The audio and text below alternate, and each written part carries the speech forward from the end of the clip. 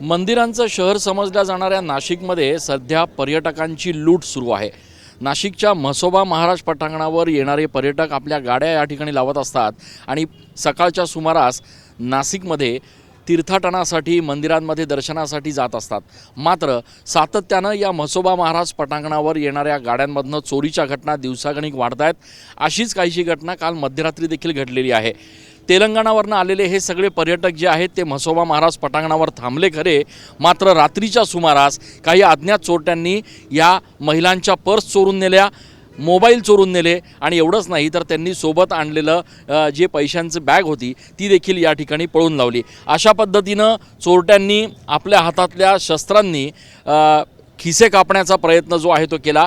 सुदैवानं एवढंच म्हणावं लागेल की हल्ला किंवा प्राणघातक हल्ला कोणावर या ठिकाणी झाला नाही, हेच या सगळ्या पर्यटकांचं नशीब म्हणावं लागेल। मात्र गेल्या काही दिवसांपासून नाशिकमध्ये अशा पद्धतीच्या चोरीच्या घटना सातत्यानं होत आहेत। क्या हुआ था रात को आप जब आए थे, गाड़ी लगाया, क्या हुआ? हम लोग आए थे सर, आके गाड़ी लगा के सो गया के सुबह उठे तो 4 वर्षा और 2 फोना चोरी हो गया। पुलिस स्टेशन जाके कंप्लेंट दिया, 1 घंटा 15 मिनट में आ रहे बोले, 15 मिनट में नहीं आया। फिर जाके कमिश्नर ऑफिस में कंप्लेंट करे, वहाँ से सर फ़ोन लोग करे तो फ़ोन आया, उन लोग सर आके हम लोग राउंड मार के गए, बोल के गए, बोले तो हम लोग लेट आए। उन लोग आया होंगे सर लोग, लेकिन हम लोग लेट आए।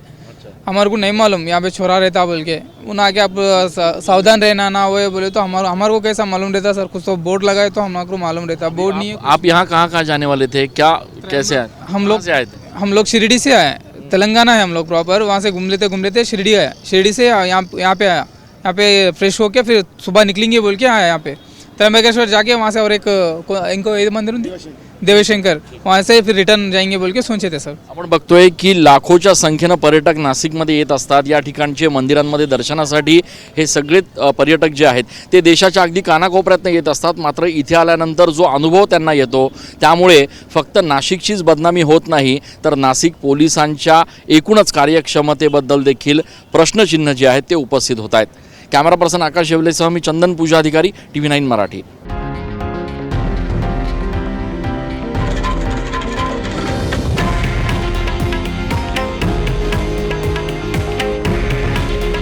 हे आहे देशातील नंबर 1 न्यूज नेटवर्क आणि आपण पाहत आहात TV9 मराठी।